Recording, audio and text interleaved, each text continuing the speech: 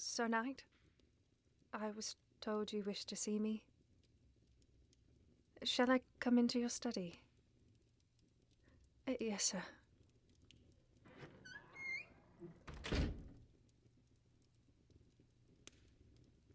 Oh, please do not fault your attendant for not accompanying me. I know you are still trying to keep my presence here a secret, and so he left to distract the other servants. But I do have to say, my lord, and please pardon me if I am sharing my opinion too freely, as I often do, but ordering for a fine lady's dress such as this one to be sent to your estate, it is far too suspicious. Surely everyone will wonder at your reasoning. And to bestow such a lavish gift on someone as lowly as me. When your attendant delivered it, I was quite shocked.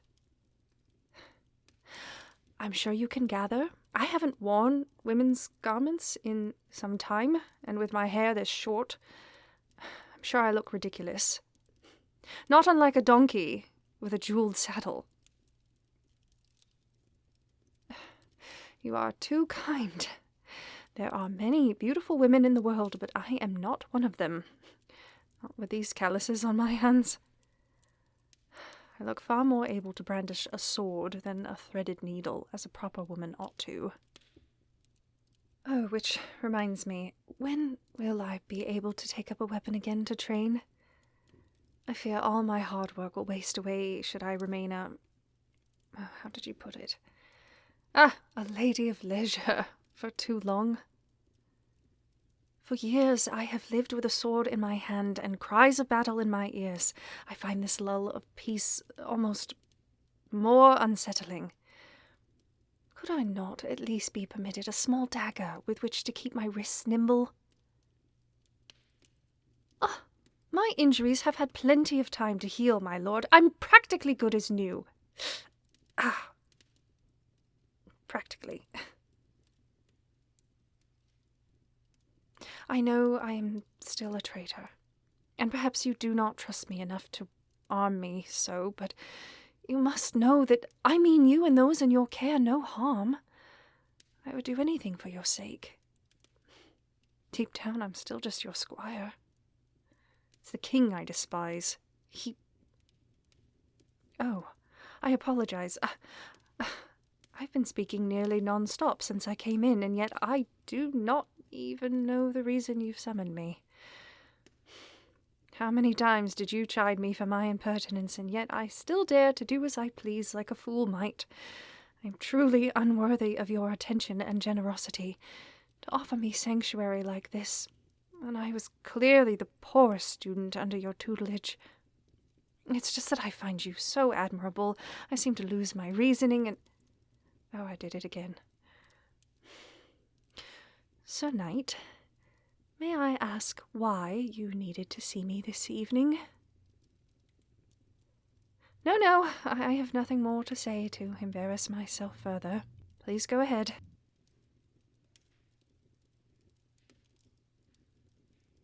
You wish for me to dine with you? Oh, my lord, I couldn't possibly. I have not tasted refined foods in so long, I'm sure they would be wasted on my palate.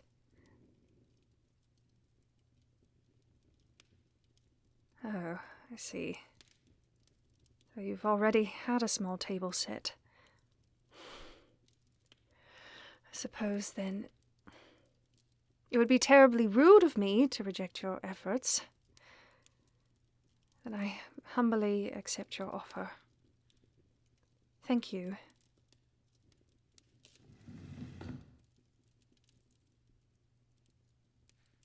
I do suppose you're right. Well, I enjoy hearing my brother's name spoken so frequently. Now that my lie has been exposed, there really is no need to call me Charles anymore. Oh, no. I'm certainly no lady of the House of Bruges. That title is long gone, and your teasing is an unkind reminder of just how far I've fallen. No, Prudence is fine. In fact, My family used to call me Prue. At times, I missed it dearly. So I would appreciate it if you could use that nickname as well. Thank you, my lord. Prudence never did suit me very much. My mother used to say, before she passed, that if they had known what an unscrupulous tomboy I would turn out to be, they never would have bestowed such a name as that on a girl like me. Often when I was caught climbing trees or catching frogs with the village boys, our servant would call out, "Prudence!" in such a tone that I could never tell whether she was addressing me or forcibly reminding me of the virtue's existence. Charlie would never be caught dead catching frogs. He hated to sully his clothes. He used to say, "Wrinkles are the true enemy of a fine lord." I just can't imagine him hunched over a fire, covered head to toe in mud, as we often were, traveling to whatever fight that king deemed necessary. But then again, Charlie knew how to keep smiling no matter what troubles he faced. Do not you agree, Sir Knight? I know you only knew him a short while, but was he not the best of men?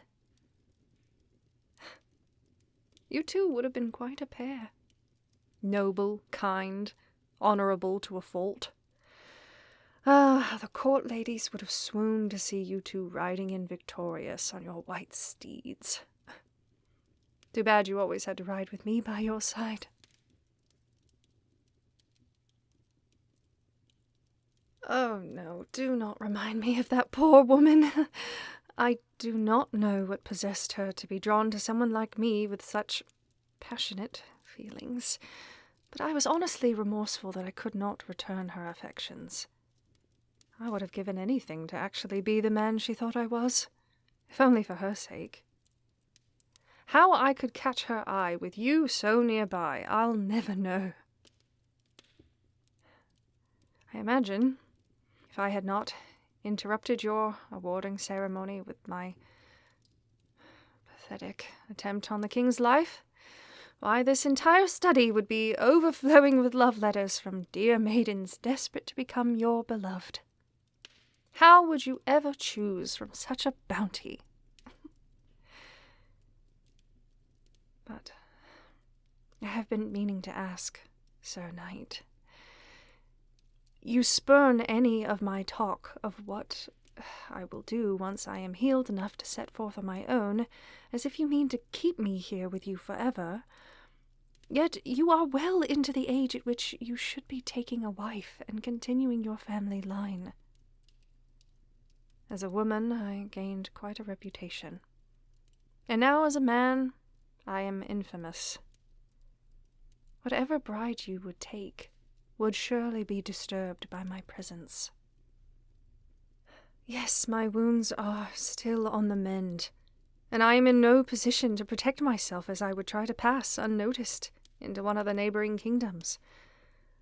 But that will change in less than 2 months' time. The moment I drew my sword against your sworn sovereign, any duties you had towards me as your squire were nullified. However much I cherish your kindness, you cannot continue to treat me like your honored guest or a dear friend. Eventually we will be discovered, and I will not see you tried alongside me for my crimes. To the best of my ability, I have always obeyed your commands because I knew you were only looking out for me. Little did I know just how much you were protecting me. But you are my master no longer, and my profound respect for you will not stop me from doing what I do best, disappearing in the night into another life. I can see you are unconvinced. Well, I still have plenty of time to prove to you that while I may act rashly from time to time, I am not a child, and certainly not your responsibility, even if you did bring me back from the brink of death and convince me to keep living. This will all work out in the end. In fact, No matter how far I may travel, I will see you marry the most beautiful lady in all the kingdom, and mark my words, you will be happy soon. Who knows where such a glorious maiden as your future bride could be at this very moment? Isn't it exciting to think about?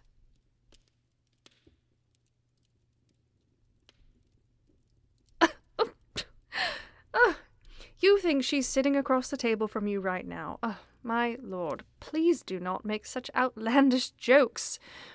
You may be a son of the church, but your sense of humor has always been devilishly absurd. If your attendant were to overhear and believe you to be serious, he may faint from the horror of it. Now, please. I've kept you from your dinner long enough. In the face of my hot mouth, it's surely turned cold. Please eat. Do not let me trouble you any further. We shan't be separated just yet.